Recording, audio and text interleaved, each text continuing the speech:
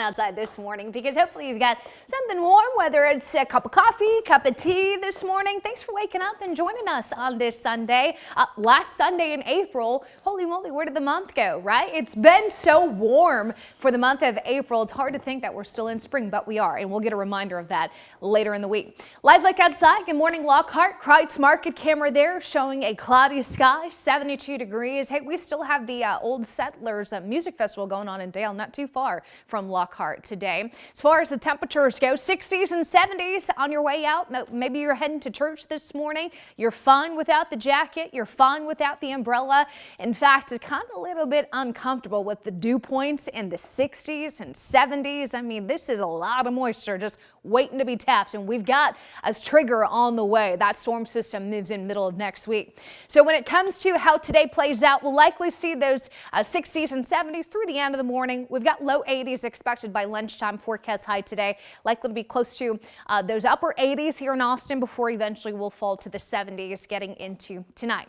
Skywise, I'm expecting a little bit more sunshine today compared to yesterday. I think those clouds are still going to be kind of intermittent in our skies, but in general, no rain, no storms to worry about, no meaningful rain, I should say. Sometimes those clouds get so heavy that occasionally we get a couple of raindrops out of them. That is possible, but nothing in the way of measurable rain is expected.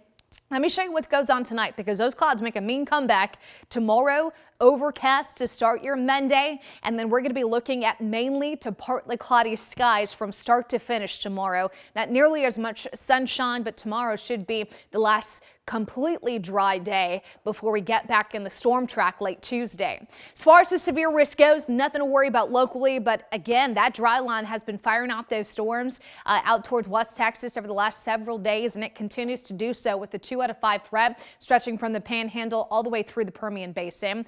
Our rain chances locally, as mentioned, start late Tuesday.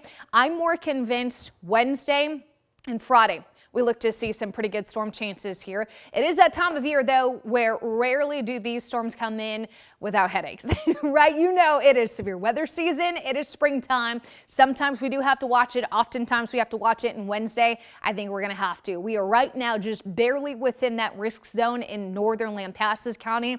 The bulk of this looks to slam the Dallas-Fort Worth area on Wednesday. So if you've maybe got a business trip up there on Wednesday, I don't think we'll worry about it on the way there. It's the way home. Wednesday afternoon, evening, we'll have to watch that closely. But the rainfall potential looks good. I like the American model. The GFS computer showing anywhere from about 1/4 of an inch to an inch over the next 5 to 6 days. So the flooding threat is low. We really need the rain, so I wouldn't be against seeing a little bit more from those computers, but we'll have to take it day by day, as kind of like what we had last week. These rounds will feed off of each other. Dry for the most part today and tomorrow. Low rain chance Tuesday. That comes up to 70% Wednesday, meaning there's a better chance you get wet than stay dry. We still have some spotty to scattered storms late week into the weekend. Highs mainly in the 80s and 90s over the next 6 to 7 days.